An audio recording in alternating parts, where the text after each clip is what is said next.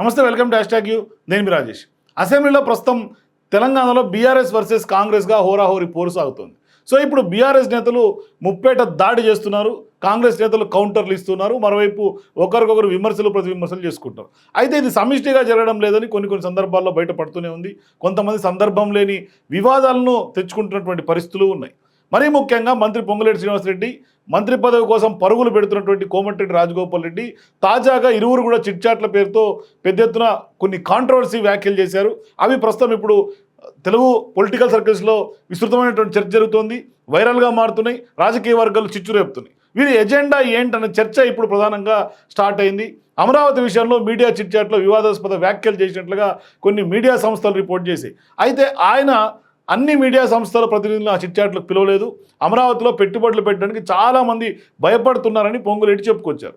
So ఇప్పుడు చంద్రబాబు అధికారంలో వచ్చిన తొలినాలలో తెలంగాణ పెట్టుబడులు ఆంధ్రాకు వెళ్ళిపోతాయనే అభిప్రాయం ఉండేదని, ఇటీవల అమరావతిలో స్తంభించినటువంటి వరదలతో ఆ భావన పోయిందని చెప్పినట్లుగా మీడియాలో పెద్ద ఎత్తున వార్తలు వినిపిస్తూ ఉన్నాయి.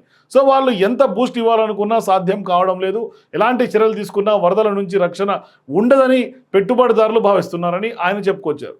ఎంత తీవ్రమైనటువంటి వరదలు అమరావతి మునగలేదు, మరోవైపు బుడమేరు వల్ల విజయవాడకు ఎంతో ఎఫెక్ట్ అయిందో కూడా ఖమ్మం కూడా అంతే ఎఫెక్ట్ అయిందని మంత్రి పొంగులేటి శ్రీనివాసరెడ్డి మర్చిపోయారనే విమర్శలు ప్రస్తుతం సోషల్ మీడియాలో విపరీతంగా వినిపిస్తూ ఉన్నాయి. పెద్ద ఎత్తున ఇవాళ మంత్రి పొంగులేటిని టార్గెట్ చేస్తూ కూడా కొన్ని కామెంట్స్ విస్తృతంగా నెటిజన్స్ చేస్తున్నారు, మరోవైపు టీడీపీ సింపథైజర్లు చేస్తున్నారు, పొంగులేటి వ్యాఖ్యలు తిప్పికొడుతూ ఉన్నారు. సో ఇప్పుడు పొంగులేటి చేసేటువంటి వ్యాఖ్యల వార్తల క్లిప్పింగ్స్ను కూడా పొన్నూరు ఎమ్మెల్యే ధూళిపాల నరేంద్ర ఆయన కౌంటర్ ఇస్తూ ఉన్నారు. ఏకంగా పొంగులేటికి చంద్రబాబు నాయుడు గారు అధికారంలోకి వచ్చాక అమరావతిలో పాటు అన్ని ప్రాంతాల అభివృద్ధికి నాంది పలికారని ఆయన కౌంటర్ ఇస్తున్నారు. మరోవైపు జగన్మోహన్ రెడ్డి అనుంగులుగా విధిగా చేసే వ్యాఖ్యలు ఇప్పుడు పొంగులేటి చేస్తున్నారని, జగన్మోహన్ రెడ్డి మిత్రత్వం కొంత వాసనలు ఇంకా పొంగులేటికి పోలేదంటూ ఆయన ప్రశ్నిస్తూ ఉన్నారు. మరోవైపు ఆ అంశం అటు ఉంచితే ఇక ఎన్టీఆర్ ఘాట్ లేపేసి కొత్త అసెంబ్లీ భవనం కడితే బాగుంటుందని మునుగోడు ఎమ్మెల్యేగా కోమటిరెడ్డి రాజగోపాల్ రెడ్డి ఆయన తాజాగా అదే రోజే నిన్న చిట్చాట్లో వ్యాఖ్యలు చేసినటువంటి పరిస్థితి.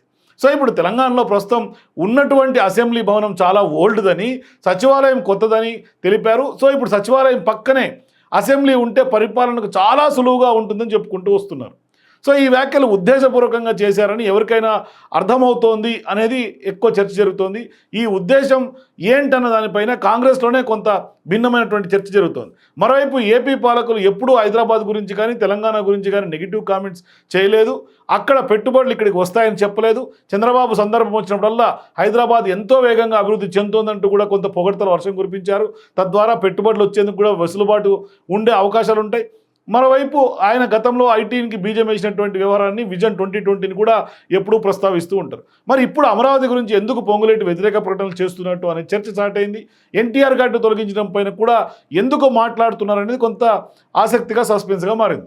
సో కాంగ్రెస్ అంతర్గత రాజకీయాల్లో భాగంగా వీరు సొంత పార్టీని టార్గెట్ చేసుకుంటున్నారన్న విమర్శలు లేకపోలేదు. సో మొత్తం మీద ఇటువంటి కాంట్రవర్సీ కామెంట్స్ చేసి ఎన్టీఆర్ ఘాట్ను లేపేసి అక్కడ కొత్త అసెంబ్లీ కట్టాలని చేసినటువంటి కోమటిరెడ్డి రాజగోపాల్ రెడ్డి వ్యాఖ్యలు చూస్తుంటే స్పష్టంగా ఇవాళ ఎన్టీఆర్ అభిమానులు కానీ తెలంగాణలో ఉన్నటువంటి ఒక సెక్షన్ ఆఫ్ పీపుల్ అందరూ కూడా తీవ్రమైనటువంటి ఆందోళన చెందే పరిస్థితి వచ్చింది. ఎందుకు ఎన్టీఆర్ ఘాట్ని ఇప్పుడు అక్కడి నుంచి లేపేసి అక్కడ కొత్త అసెంబ్లీ పెట్టాల్సినటువంటి ఆవశ్యకత ఏంటి అనే ఒక చర్చ కూడా ప్రజల్లో బలంగా సాగుతోంది. మొత్తం మీద వివాదాస్పద వ్యాఖ్యలు చేయడం వాస్తవానికి కోమటిరెడ్డి కుటుంబానికి అలవాటే.